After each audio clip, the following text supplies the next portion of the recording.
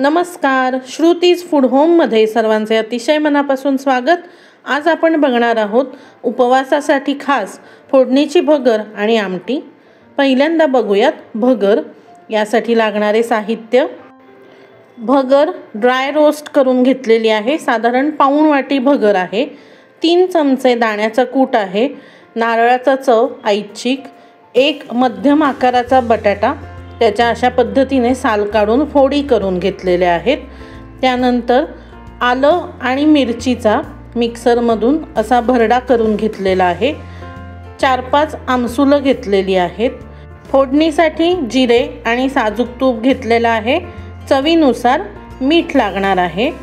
धुवून चिरून घेतलेली कोथिंबीर आहे आणि या व्यतिरिक्त आपल्याला पाणी लागणार आहे। प्रथम आपण ही पाऊण वाटी भगर घेतलेली आहे। ही भगर 2-3 वेळा स्वच्छ धुवून घेऊ। ही भगर मी ड्राय रोस्ट करून घेतलेली होती आणि पूर्णतः थंड करून घेतलेली आहे। 2-3 वेळा भगर धुवून घेतलेली आहे। इथे दाखवलेलं भगरीचं प्रमाण हे 2 व्यक्तींसाठीचं आहे। भगरीच्या फोडणीची तयारी करतानाच सुरुवातीला आपल्याला साधारण 2.5 ते 3 वाट्या पाणी तापवायला ठेवायचं आहे। इथे मी पाणी तापवत ठेवलेलं आहे आणि फोडणी करून घेऊयात। फोडणीसाठी कढई घेतलेली आहे। अशा मापाची कढई घ्यायची की ज्यामध्ये आपली भगर व्यवस्थित शिजेल। भगर शिजताना फुगते, भाताप्रमाणेच फुगते, त्या हिशोबाने भांडं घ्यायचं। तूप तापल्यावर त्यामध्ये पाऊण चमचा जिरं घातलेला आहे आणि त्याचबरोबर आपल्या चवीनुसार मिरची आणि आल्याचा भरडा घातलेला आहे। जिरं व्यवस्थित फुलल्यावर आपण जो बटाटा चिरून घेतलेला होता हा बटाटा घालायचा आहे। बटाटा न उकडता कच्चाच घेतलेला आहे। बटाटा भगरीबरोबर व्यवस्थित शिजतो, त्यामुळे उकडून घ्यायची गरज नाही।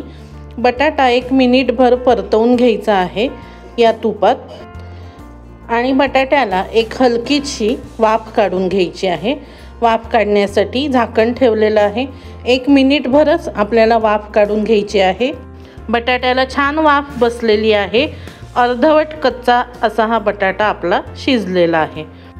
आता आपण जी भगर धुवून ठेवलेली होती ती यामध्ये घालायची आहे। भगर घातल्यावरही व्यवस्थित 1 ते 1.5 मिनिटे बटाट्याबरोबर भगर परतवून घ्यायची आहे, म्हणजे भगर खमंग होते, त्याला चवही छान येते।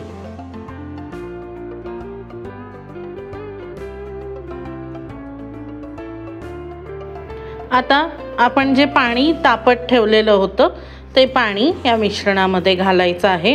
सुरुवातीला भगर आणि बटाटा बुडेल इतपतच पाणी घालायचं, नंतर आपण आवश्यकतेनुसार पाणी घालू। भगरीच्या जातीनुसार भगर कमी जास्त फुलते, त्यानुसार आपल्याला पाण्याचं प्रमाण वापरावं लागतं, पण साधारणतः 2 ते 2.5 वाट्या भगरीला पाणी लागते। पाणी घातल्यावर भगरीला एक उकळी फुटलेली आहे। आता यामध्ये आपण इतर जिन्नस घालून घेऊयात। प्रथम 1 ते 1.5 चमचा शेंगदाण्याचा कूट घातलेला आहे। शेंगदाणे भाजून साल काढून त्यांचा भरड असा कूट करून घेतलेला आहे। नारळाचा चव 1 चमचा घातलेला आहे। मीठ आपल्या चवीनुसार घालायचं आहे आणि आमसूल 1 ते 2 आमसुलं आमसुलाच्या आंबटपणानुसार घालायचे आहे। भगर शिजताना यामध्ये जर आमसूल घातलं तर चव अतिशय छान येते। नक्कीच हा प्रयोग करून बघा। आणि कोथिंबीरही भगर शिजताना थोडी घालायची आहे। भगर शिजताना त्यामध्ये कोथिंबीर घातली तर कोथिंबीरीचा स्वाद भगरीबरोबर छान मिक्स होतो आणि भगरीला एक वेगळीच अशी छानशी चव येते।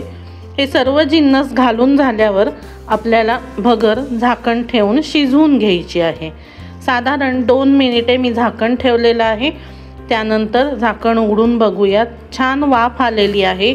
आपण सुरुवातीला घातलेलं पाणी अजूनही शिल्लक आहे।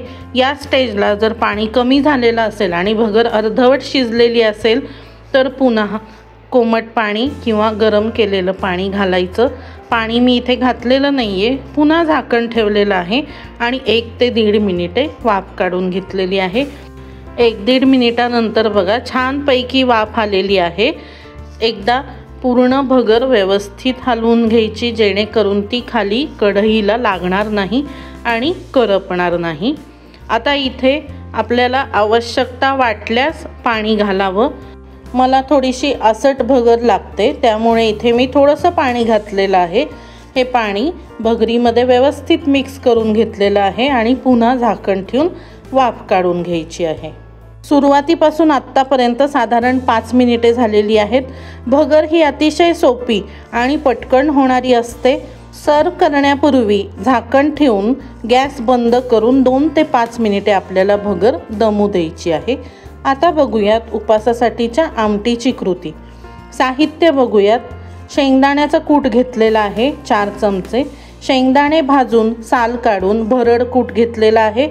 शेंगदाण्याच्या कुटाऐवजी भाजलेले अख्खे शेंगदाणे घेतले तरीही चालतील।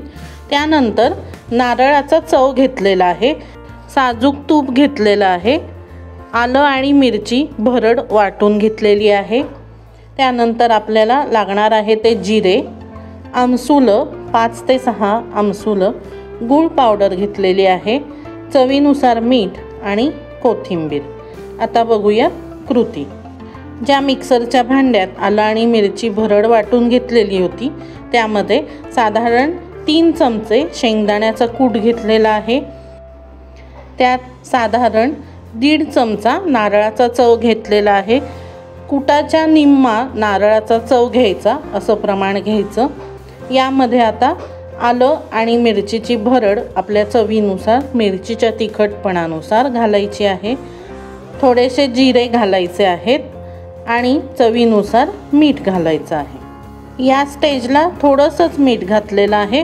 पुढे आपण आमटी उकळतानाही मीठ घालणार आहोत, त्या अंदाजाने मीठ घालायचं। आता थोडं थोडं पाणी घालून हे मिश्रण वाटून घ्यायचं आहे। चटणीपेक्षा पातळ असं हे मिश्रण आपल्याला लागणार आहे, त्याप्रमाणेच मी इथे हे मिश्रण वाटून घेतलेलं आहे। आता फोडणीची तयारी करूयात। आमटीसाठी भांडं घेतलेलं आहे। यामध्ये 1 ते 1.5 चमचा तूप घातलेलं आहे। तूप तापल्यावर यामध्ये जिरं आणि चवीनुसार मिरचीचा भरडा घालायचा आहे। जिरं आणि मिरची चांगलं फुलू द्यायचं आहे, मगच आपण केलेलं वाटण घालायचं आहे। वाटण घातल्यावर मिक्सरच्या भांड्यात थोडंसं पाणी घालून ढवळून पुन्हा ते पाणी या फोडणीमध्ये घातलेलं आहे। आता आवश्यकतेनुसार आमटीची कन्सिस्टन्सी ॲडजस्ट करायची आहे। थोडं पाणी लागलं तर पाणी घालायचं आहे आणि आमटीला एक उकळी येऊ द्यायची आहे। आमटीला उकळी येण्यास सुरुवात झालेली आहे। आता इतर साहित्य घालून घेऊयात। 4-5 आमसुलं घातलेली आहेत। आमसुलाच्या आंबटपणानुसार आमसुलं घालायची। थोडासा गूळ आपल्या आवडीनुसार गूळ घालावा। मी इथे साधारण 1 चमचाभर गूळ घातलेला आहे। गूळ किंवा गुळाची पावडर व्यवस्थित मिक्स करून घ्यायची आहे आणि थोडंसं मीठ घालायचं आहे। आपण वाटण करतानाही मीठ वापरलं होतं, त्या अंदाजाने मीठ वापरायचं आणि कोथिंबीर घालायची आहे। आता 3 ते 4 मिनिटे आमटीला छान उकळी काढून घ्यायची आहे। जेवढी जास्त आमटीला उकळी चांगली येईल तेवढ्या आमटीमध्ये आमसुलाचा स्वाद छान उतरतो आणि आमटीची चव अधिकच वाढते। उपासामध्ये शेंगदाण्याचा कूट जास्त खाल्ला जातो, त्याला पर्याय म्हणून आपण इथे नारळाचा चव वापरलेला आहे। शेंगदाणा, मिरची हे पदार्थ पित्तकारक आहेत, तर आमसूल हा पित्तशामक असतो, त्यामुळे उपवासाच्या पदार्थांमध्ये आमसूल हा जरूर वापरावा। उपवासाची ही भगर आणि ही आमटी हे दोन्ही पदार्थ करायला अतिशय सोपे, कमीत कमी वेळात होणारे, पूर्वतयारी न लागणारे असे पदार्थ आहेत। उपवासाच्या दिवसांमध्ये आपण घाईत असताना हे पदार्थ नक्की ट्राय करू शकतो। डब्यामध्ये नेण्यासाठीही हे दोन्ही पदार्थ अतिशय उत्तम आहेत। भगर ही पौष्टिक, प्रोटीनयुक्त आणि पचायलाही हलकी असणारी आहे। भगर खाऊन जास्त वेळ एनर्जी आपल्याला मिळू शकते, त्यामुळे उपवासात भगर ही अवश्य खावी। पित्ताचा त्रास असणाऱ्यांनीही भगर खाण्यास काही हरकत नसते, त्यामुळे हे दोन्ही पदार्थ तुम्ही उपवासासाठी नक्की ट्राय करा। आता आपण प्लेटिंग करूया।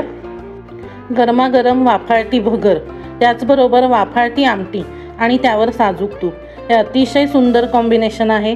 नक्कीच करून बघा आणि कसं वाटलं ते कळवा। आपणा सर्वांना शारदीय नवरात्राच्या मनपूर्वक शुभेच्छा।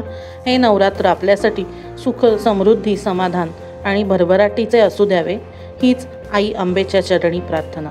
या आणि अशा प्रकारच्या कंटेंटसाठी आपल्या श्रुतीज फूड होम या चॅनलला लगेचच सबस्क्राईब करा, शेअर करा, लाईक करा आणि कमेंट करा। भेटूया पुढील भागात। धन्यवाद।